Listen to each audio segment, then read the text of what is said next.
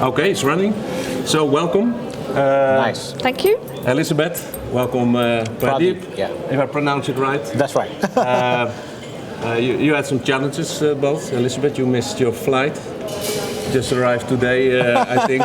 Yes. Did you have a good flight to start with? I slept through the flight, so that was good. Yeah, any flight that I sleep through is a good one. And you came from Ireland?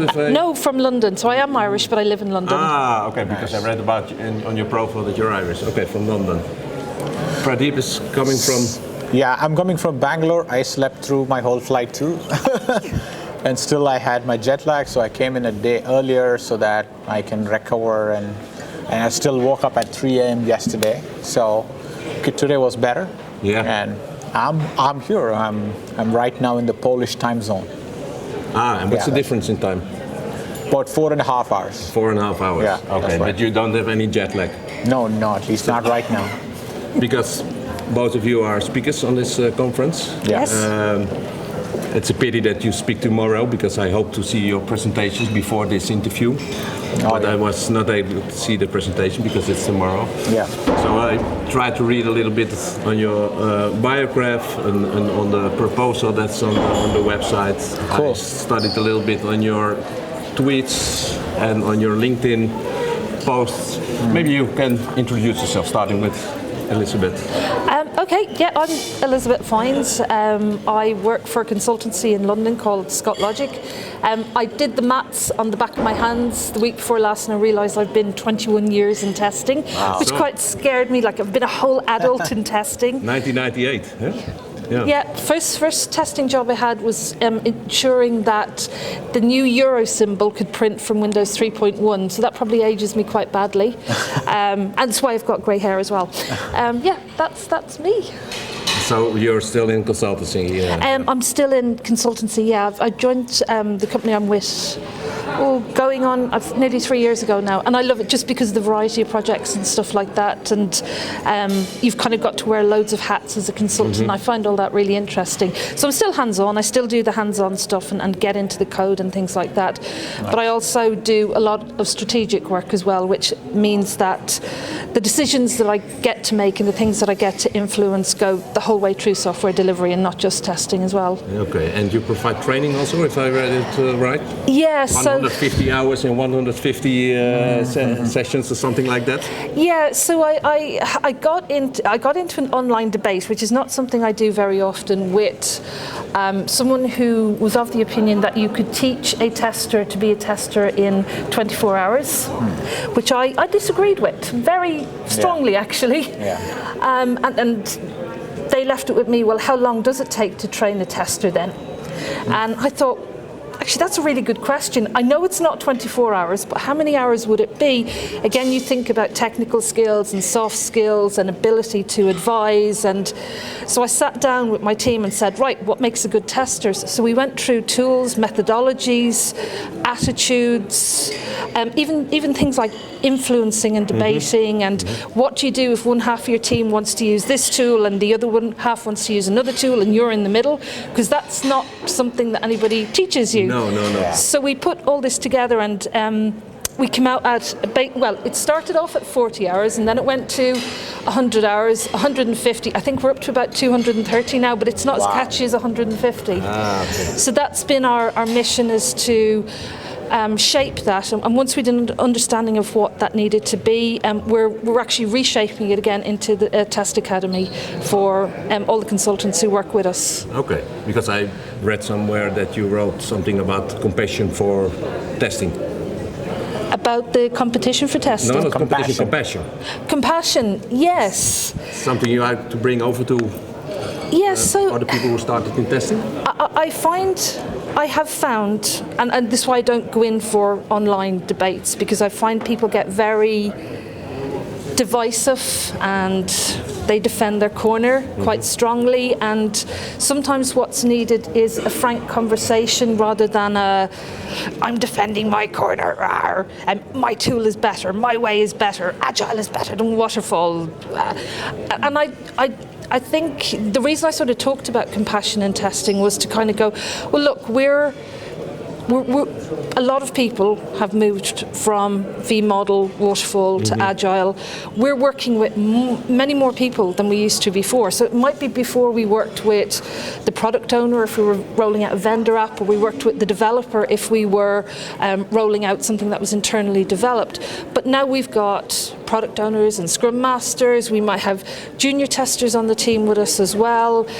This whole of architects, with this whole world opened up to us of people that we have to engage with, and it was sort of a call to say, you know, in order to succeed as a tester, you kind of have to be compassionate towards hearing a lot of differing viewpoints on what the right way to test, develop, right requirements and all that sort of thing is. So it was a bit of a cry to arms around that. But it's always been like that, because I always said that the nice thing of being a tester is that you can talk to everybody, you know, because you have a relationship with the database administrator, with a designer, with a programmer, with a program manager, with the customer, with the end user, you know. Yeah. That didn't change. The only thing that did change maybe now in the agile way of working is that what we fight for to be involved in the beginning of a project, it's now getting a normal way of working. So when you say the start of a project, a lot of people think that's with the first line of code or with the designs on paper, but I'd actually say it's when the architect is thinking about putting whatever conjoined parts of the system together, and it's nice as a tester to be able to sit down at that stage with the architect and say, right, how do we make this testable? How do we make this a great user experience for someone to use? And that's where I think our value starts as a tester, being able to take that view of the world. I agree, yeah. And Pradeep, you have a background of, if I read well, 15 years in testing? 16 years. 16 years. I just grew 1 year older after I came here. But now you're changing to being a businessman. That's right. Are the founder of 2 startups. Yeah. So I've been a tester all along, and in the journey I realized that I was craving for a platform which is very tester savvy culture, and I didn't find that in many companies that I moved from. And then I realized that it's an opportunity to create a culture which is very tester-centric and tester-savvy, and that's what I'm trying to do with my 2 startups. One is a services company which is called Mulya, which has now about 200 testers, and then we're also building a product where we're trying to build tools that the testers can use instead of just the plain automation tools. There's a lot of automation tools already available, but we are looking to build tools that the testers can use. So through this, we are hoping that we would solve unaddressed pain points for the testers. So what kind of tools are it about? Something different than all the tools that are already on the market? Or? Yeah, so a lot of tools are either test management tools or they're automation tools. Yeah.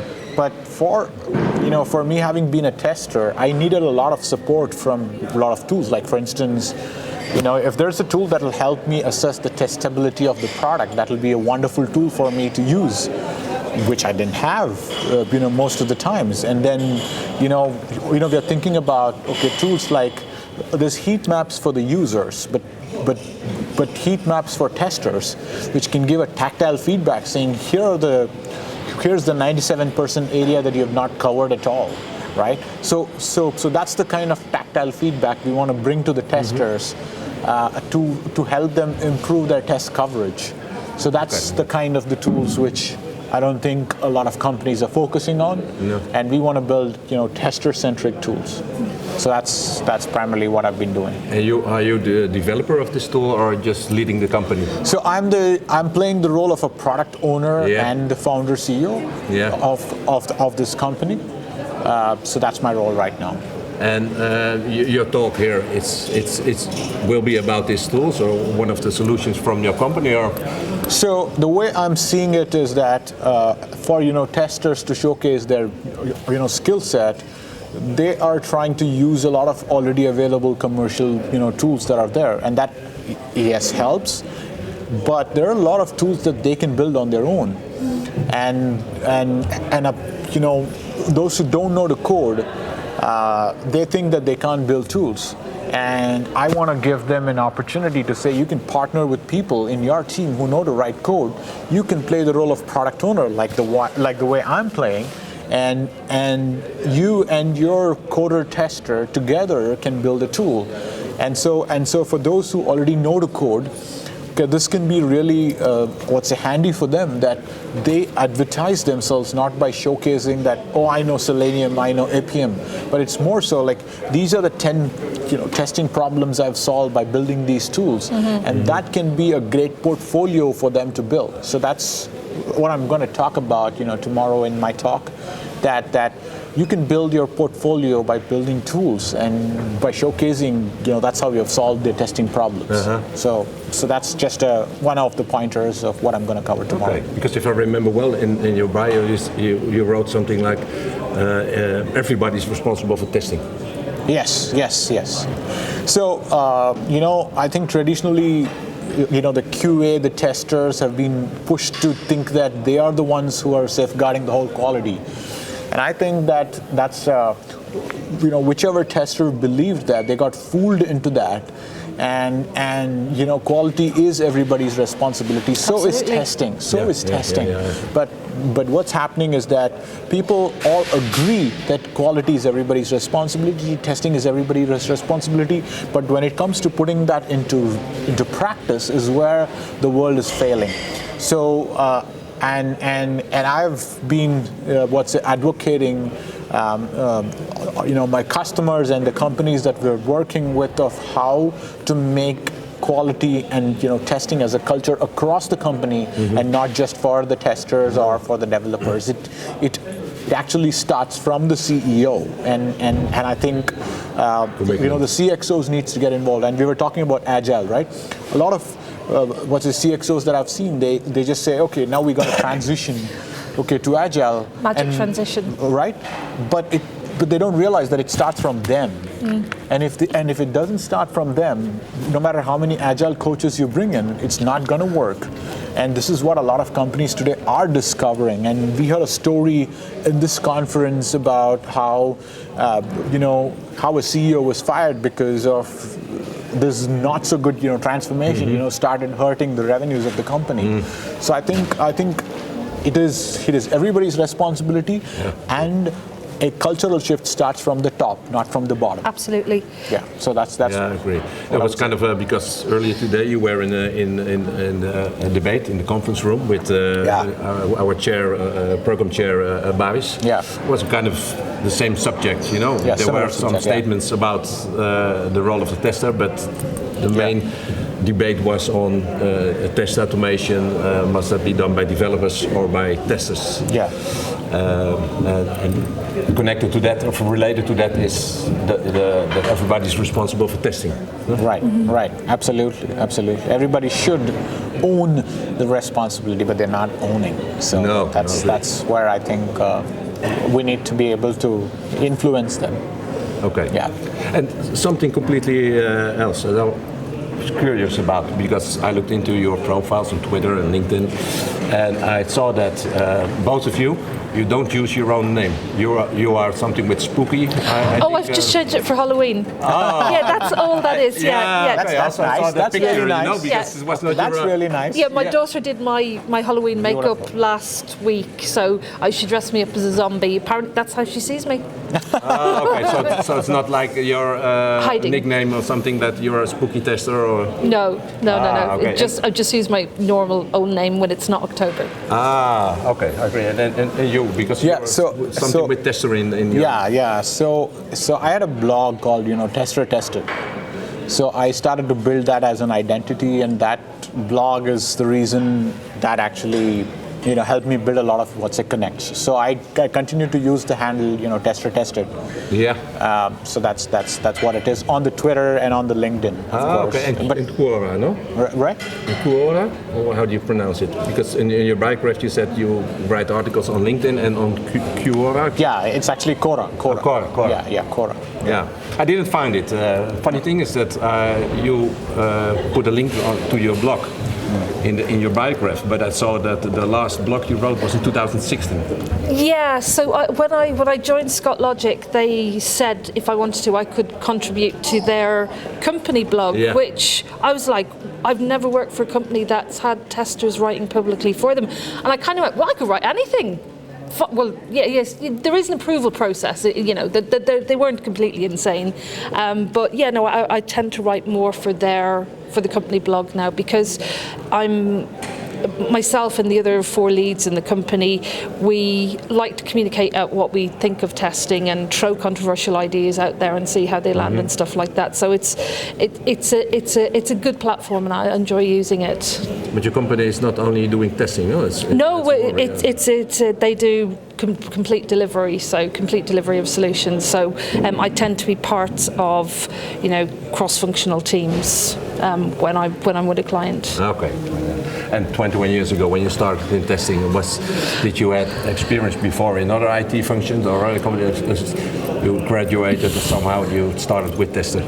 I did I think it was called Computer Applications Diploma or something like that when I finished college. And in college I did classical studies, but I really enjoyed using the computer to type my thesis up and stuff like that. So I thought, I actually kind of feel like I want to go down more the IT route than the teaching or writing route. So I did the 6-month computer application course run by an amazing woman in Cork called Carol Carey, and she acted basically as a feeder for Microsoft and Compaq and Fujitsu and Dell and all the big IT companies that were in Ireland at the time.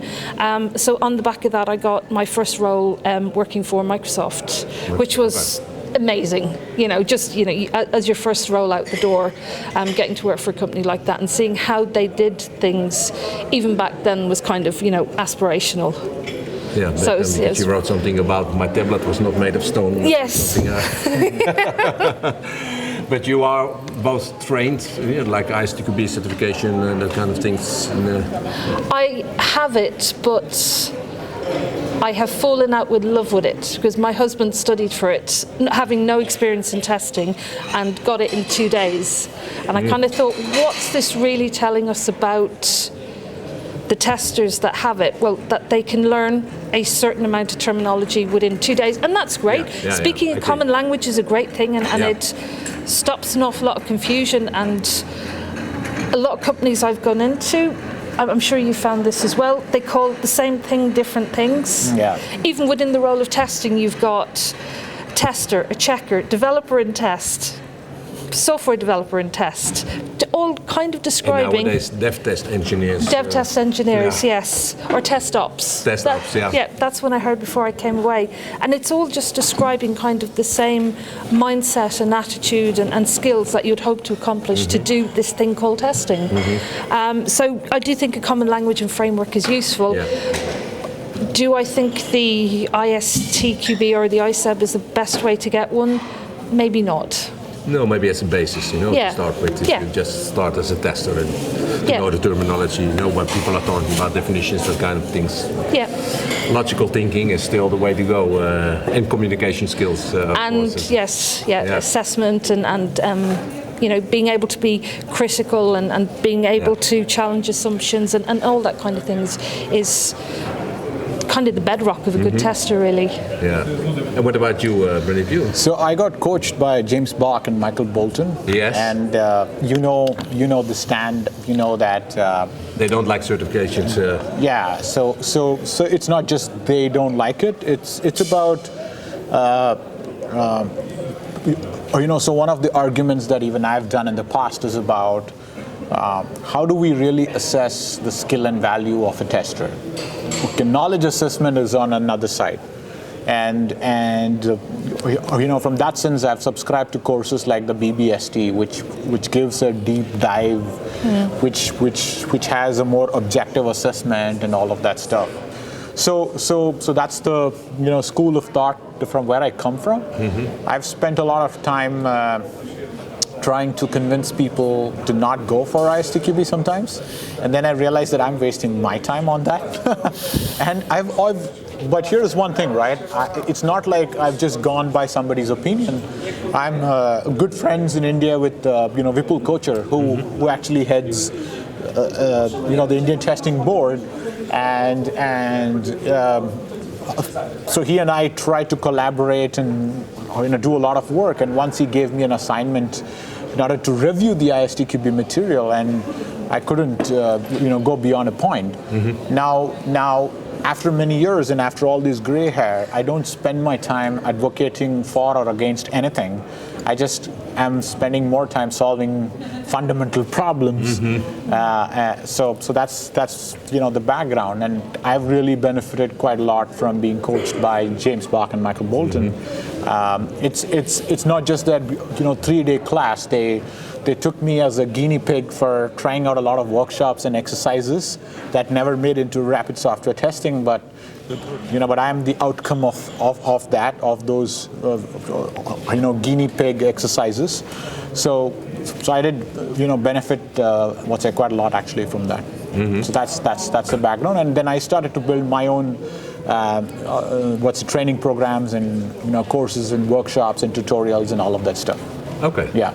But besides terminology and definitions, methodologies like ISTQB also teaches you about techniques, because nowadays some people, a lot of people and also a lot of organizations think that test automation, for example, solve all their problems.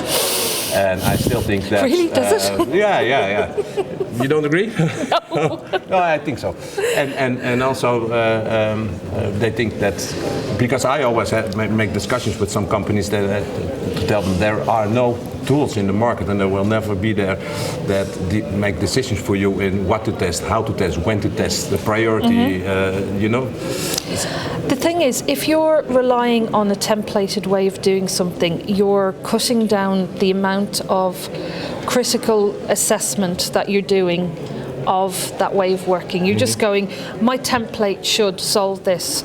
And where you run into problems with templates, whether it's for automation or ways of thinking or your approach to testing, is if you are relying on that template, once it starts to not work for you because maybe you're applying it to the wrong context, or it was for a different kind of project or a different kind of person or a different kind of thinking or a different kind of theme, then what happens is you put your brain power into trying to fix something that's not fit for purpose. I agree. Instead of understanding the greater context around you and going, what actually would be better than just applying a template to this, whatever it is we're trying to achieve. Yeah, but I think if you apply a template, then you didn't understand the logic. But that's where a lot of, if we'll teach you to test in this way, falls down, because they're just teaching to test in that way. They're not going into here's how to do critical thinking skills. Here's how to pull something apart when you know absolutely nothing about it. Here's how to do exploratory testing on an application you've never seen before. Just that approach to things kind of gets pushed out of the way. I talked to, I think last year or the year before, about 400 testers, and my biggest question to them is, what do you understand about exploratory testing? And honestly, some of the answers would make you weep. And it was like, you just have a play with the application, or you just have a look at the integration, because that's where all the risk is. There was no, the people that did come in with the understanding of exploratory testing and the value that you get out of it, I hired them, quite frankly, because this is why I was talking to so many people, was to build up a team in London. But and that's where my whole challenge with this is how you test in this way. You just fall short unless you're going deeper than here's just the methods, here's some ways to think about it. Yeah, but it's a little bit like a lot of people in Agile, they think you have a good reason not to make documentation, to write documentation. You just put it in confidence. Yeah, but it's the same with exploratory testing. You still have to think why you do things. Yeah. And a lot of people, they think, if I do exploratory testing, just sit down and like a monkey push some buttons or something. So you mentioned about the techniques part of it, right? Yeah. So there's a lot of difference between learning the techniques at a theory layer and then implementing it. So we have executed about 300 to 400 projects so far. And when I do the review of those projects, I ask the testers, certified or not, it doesn't matter, like, where have you implemented equivalence class partitioning? In only one instance, I've seen it. Now, all of us know that it's important in order to segment the data, but when it comes to practical implementation, that's where the challenge is. So I think that it's more of people understanding the value of those techniques and not just learning those techniques aspect of it. And then, irrespective of whether it's a scripted approach or an exploratory approach, these techniques can be applied. But I don't see much of the scripted testing folks applying these things, although they've learned it through no. Right? So for us as a community of testers, as a practice of testing overall, in terms of the whole software engineering itself, we have so many techniques already available that we don't need to invent new things. We just have to learn how to put that into practice. And I think, and I'm hoping that there are more training programs that come in which is more hands-on rather than about reading books and trying to learn some stuff. I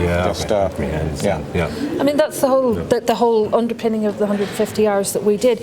It was all hands-on. So we taught, I think it was 4 hours of exploratory testing through that, but on the back of that, I think the testers went on to do about 6 hours exploratory testing, guided by the person who was experienced this. We don't call ourselves experts or anything like that, because there's always somebody more expert than you. So that's setting yourself up for a fall. But we call we're experienced. We know how to do this stuff, and we know how to teach it.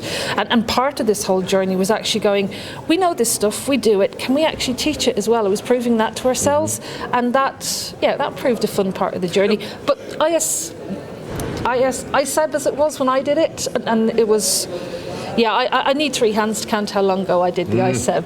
So, that's how long ago it was. I kind of hoped it would improve with time because there were so many testers doing it. But I'm probably too far away from that level of detail now and that level of concern to really know what the value is in it nowadays. But it was, my husband did it about 10 years ago because he's a network engineer, and he might have been going for a job testing network devices with a company. So I said to him, well, get this and spend a few weeks studying this. He looked at the material and 2 days he had it, and I was a bit, okay. So it hasn't really got any harder then, which was a bit of a shame. But exploratory testing is also a lot about experience, and you are experienced testers, we are experienced testers. What about if you start as tester and junior? So you got into a company where they expect you to exploratory. Okay. Great. So you asked a very good question about what will the junior testers do if they don't have experience. How can they do exploratory testing? So I think it's a question of the necessary training. A lot of companies aren't investing well enough on training their people. So this is causing a lot of issues later for them. So it's important for us to be able to find the right kind of training for exploratory testing. And my problem is that is not available in large scale. Unless you grow your own. Right. So that is becoming a challenge. Now, I wish there was a widespread, capability of those people who coach on exploratory testing, on session-based test management. And mostly people who are doing that today are those who have developed the passion for testing and they subscribe to those ideas, and that's the way it's actually picking up, right? And that's how the community has grown for exploratory testing. And now, just as she was mentioning, a lot of people think that it's kind of random testing. But but for me, having seen a very structured exploratory testing, it can be so much more structured than scripted testing. Yeah. And I've seen, and I've also personally produced this, that there's far more documentation in exploratory testing than in the scripted approach. So sometimes when people challenge saying that, but how do we know what we have done? Hey, we can give you much more deeper notes than what a scripted testing can ever give. But the challenge again comes is that the business people driving it don't want to hear the story. They want to hear a number. They want to hear a test case pass and a fail. And the other challenge that these exploratory testers are having is that they know that the metrics that are used today are not meaningful, but at the same time, they don't yet have a counter metric, to say, instead of this, you can use this.